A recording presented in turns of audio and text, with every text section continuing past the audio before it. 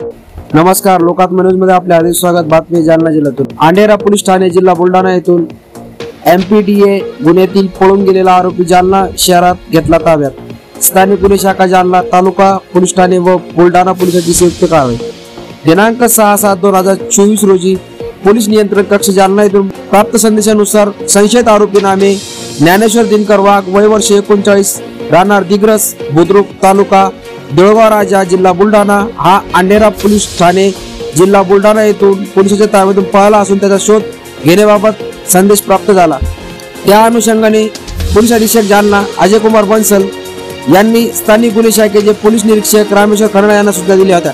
त्या अनुषंगाने पोलीस निरीक्षक स्थानिक गुन्हे शाखा जालना यांनी पथकातील अधिकारी व अंमलदार यांना सदरचा आरोपी ताब्यात घेण्याबाबत सूचना देऊन मार्गदर्शन केले होते। त्या अनुषंगाने पळून आलेला संशयित आरोपी ज्ञानेश्वर दिनकर वाघ, वय वर्ष 39, राहणार दिग्रस, बुद्रुक, तालुका देऊळगाव राजा, जिल्हा बुलढाणा यास जालना शहरामध्ये शोध घेतला असता तो निरामय हॉस्पिटल जालना येथे असल्याची माहिती प्राप्त झाल्याने त्या ठिकाणी गेले असता सेनकर राजा पोलीस ठाण्याचे पोलीस निरीक्षक शेळके व बुलढाणा येथील शोध पथक त्या ठिकाणी हजर असल्याचे दिसून आले।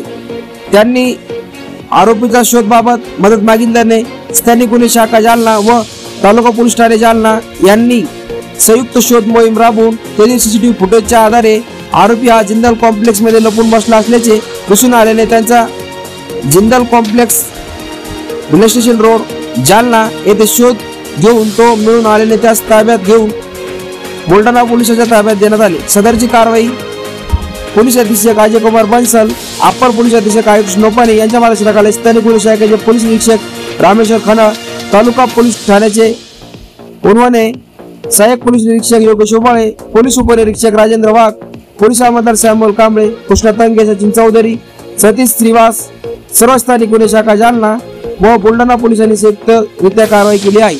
लोकात्मा न्यूज चॅनलसाठी प्रतिनिधी तरंग कांबळे, जालना।